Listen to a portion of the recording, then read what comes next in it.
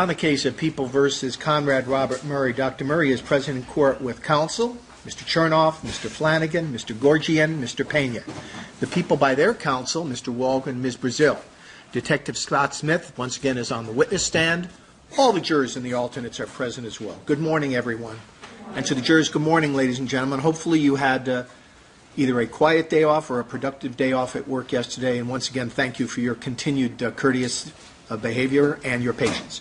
Detective, good morning. Good morning, sir. You acknowledge, sir, you're still under oath and still sworn to tell the truth? Yes, sir. Thank you. We're going to have a resumption of the playing of the audio, Mr. Walgren? Yes, Your Honor. And I believe we were on page 86, somewhere around line 13. We'll restart. Page 86, approximately line 13, ladies and gentlemen. I've actually queued it up a few seconds prior to where we ended up. All right, let's give the jurors just a moment. Are all of you on the page? Affirmative? Yes. Thank you. Thank you, Your Honor.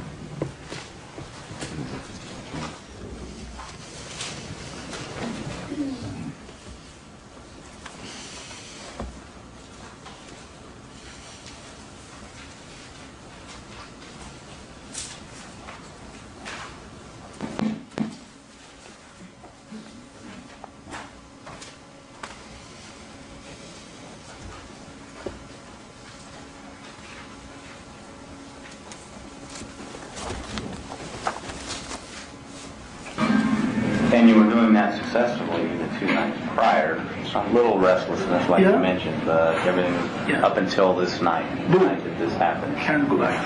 He's just wide awake after you've done what you could for him. Yes. And he's requesting more, and then ultimately he requests the milk. Yeah.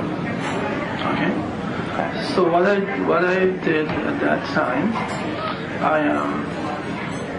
I realized that maybe even though they have not studied that agent like that on a regular daily basis to a patient, and studies haven't shown that you can develop dependency, he was signs of withdrawal.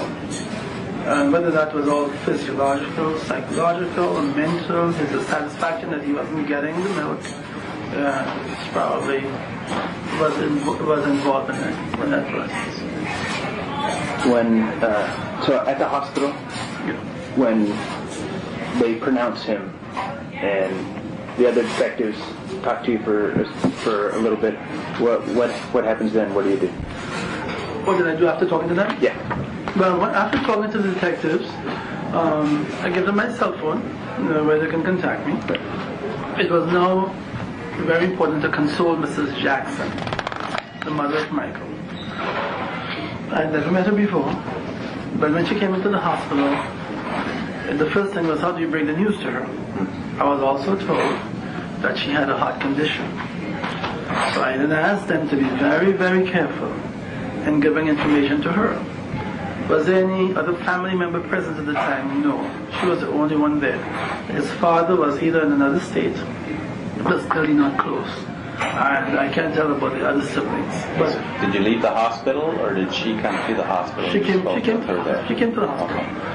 Okay. So they brought her into a room down the hall, and I went in there with the emergency room physician who was treating her, whom I was with all the time through his code, and we were going to break the news to Mrs. Jackson. So the doctor started to tell her that, her son came in and he was having difficulty breathing, and they tried everything, and she said, well, how is he? He's not dead, is he? And the doctor said yes. And she broke down, very weeping. We stayed there, held her hand. The doctor left. I stayed, and then I asked for the social workers to come in, or psychologists, whatever the hospital had.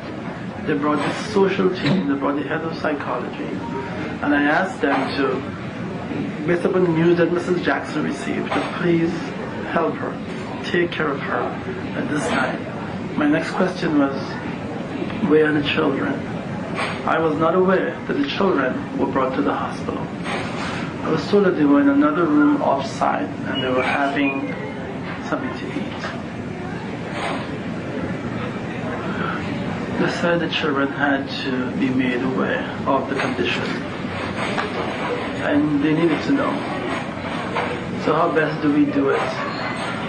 So I spoke to Frank DeLego, he's Michael's manager, Frank DeLego, and he said he would go in there with me. I said, well, let's get someone else too that they pretty well have good camaraderie with. And this was Brother Michael Amir. So Frank DeLeo, myself, and Michael Amir, with a social worker, went into the room where the 3 children were having something to eat. I walked in, and I'm not sure who spoke first, but somehow or the other they asked the questions, and the children found out that Daddy wasn't doing well, that he had passed away. And then they really were weeping, really weeping. I stayed there, I hugged them all, give them comfort to Paris, comfort to Prince, comfort to Blanket, which is the last little guy, because whenever they were sick, they would always ask for Dr. Conrad. Please call Dr. Conrad, Daddy. And I gave them comfort. Mrs. Jackson was not in that room. The Mrs. Jackson, his mother. After they cried and cried and cried, his daughter uttered a lot of words of unhappiness, and she knew she would live alone without her dad, and she didn't want to be an orphan. And real sad, real sad. She's like my daughter. And I told her, we will take care of her. Frank Durand said that he would take care of her also. And she asked me, Dr. Murray, he said, you save a lot of patients, you save people with heart attacks, and you couldn't save my dad. I said, I tried my best. And she said, I know that, Dr. Murray, at least I know you tried your best. I know you tried your best, but I'm really sad. I wouldn't wake up in the morning and I wouldn't be able to see my daddy. And she cried and was very sorry. And then she asked to see him. And then that was another thing. How do you let the children see him? So before I said yes, I pulled the psychology team together. Yes, I'm doing all of this. And I said, we need some help and we need some backup here. The children need to see their daddy. Do you think it is a good idea? I did not make an independent decision in that case. And then somebody said, well, yes, they should bring closure to this. I said, do you think that they're mature enough to understand it? They said, yeah, they think so. So I had the social worker talk to the children some more. She brought some assistants down. And then they moved Mrs. Jackson, Michael's mother, to a larger room, big conference room. The children also joined the grandmother because she wanted to see grandma. So she went to the grandmother, and she was sobbing and weeping, and they helped a little bit, I think, grandma, but I'm not sure how close they are, because the 2 boys are still kind of running away from a distance, and Paris was more comforted by a relative versus the grandmother, but she didn't want to see her. And while that was happening, I asked them to prepare Mr. Jackson's body, make it as presentable as possible, because I recommended an autopsy be performed, so that the children would be able to view their daddy and at least say goodbye to him at this time. At that time,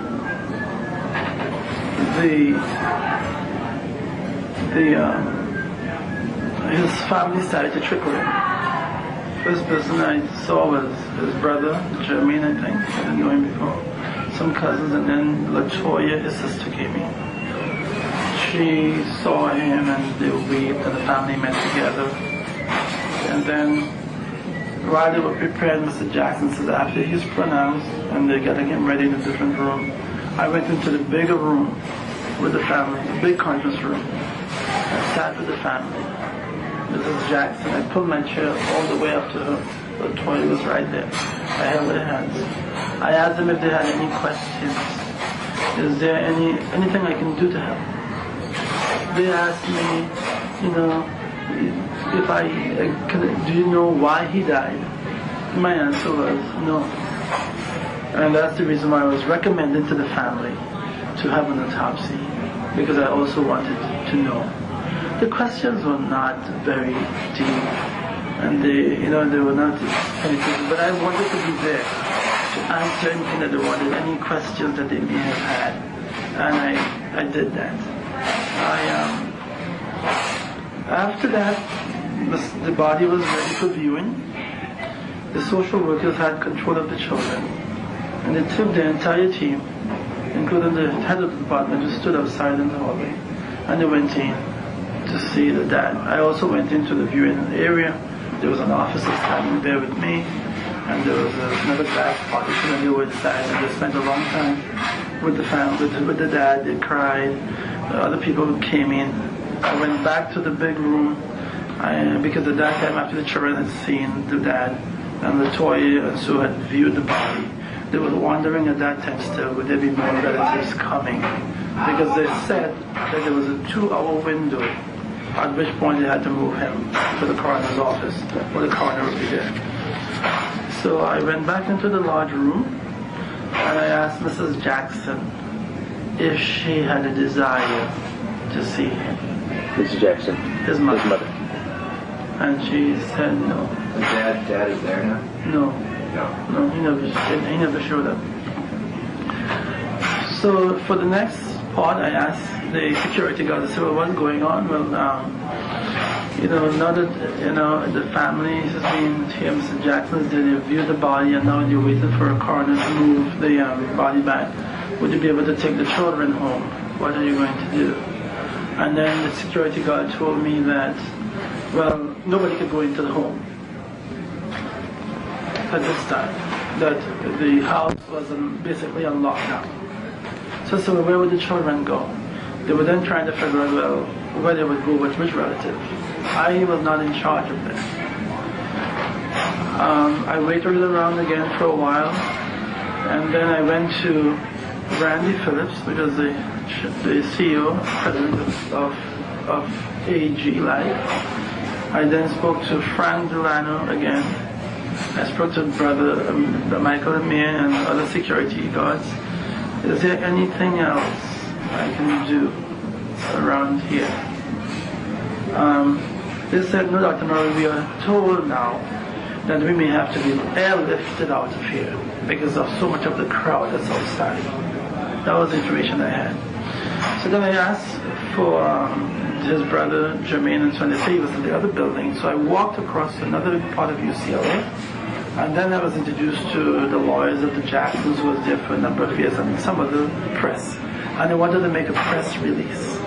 But they wanted me to review the press release to see if it was okay with me. Jermaine did? Yeah, Jermaine, he and AG, Randy Phillips wanted me to look at that. And the lawyers they wanted me to look at what they had written. And I knew what they had written, and I added it. I added that because although he came in with what was presumed to be a possible cardiac arrest, the underlying cause of that condition is not known until an autopsy is performed. And This is your brother Jermaine? I was speaking to the press release and the lawyer